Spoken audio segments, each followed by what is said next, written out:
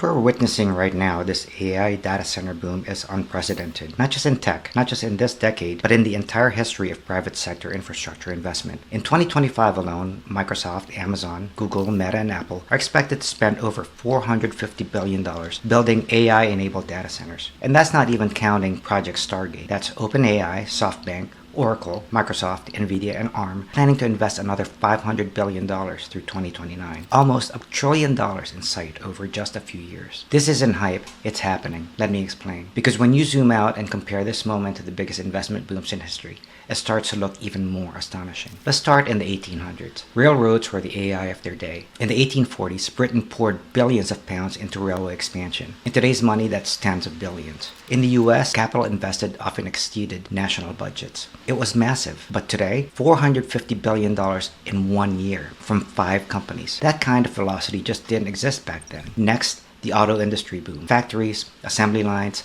highways, gas stations.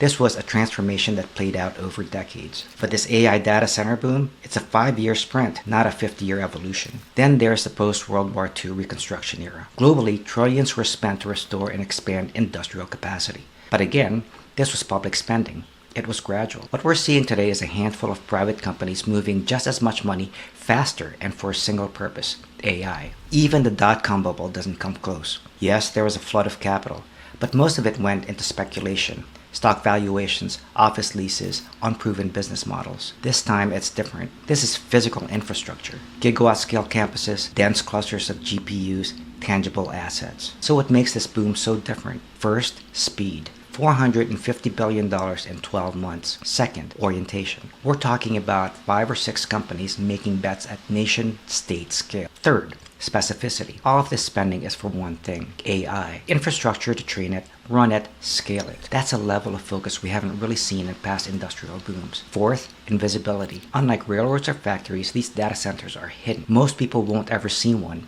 but they're about to underpin everything. Fifth, energy. These new data centers are energy monsters. Some will require as much electricity as small cities, which means the real estate boom is tied to a power boom. So what does this all mean? It means we're building the next economic platform. Just like the railroad or the power grid before it, only this time it's happening in the background, in remote industrial parks, and in server rooms most of us will never walk through. It also means this is becoming a geopolitical race, because whoever controls the infrastructure controls the future. And most importantly, it means this is just the beginning. We're going to see new power hubs emerge, new supply chains, new bottlenecks, new breakthroughs. This isn't just a boom, it's a refoundation. And if you're in tech, energy, real estate, logistics, or policy, this is your railroad moment. Get on board or get left behind.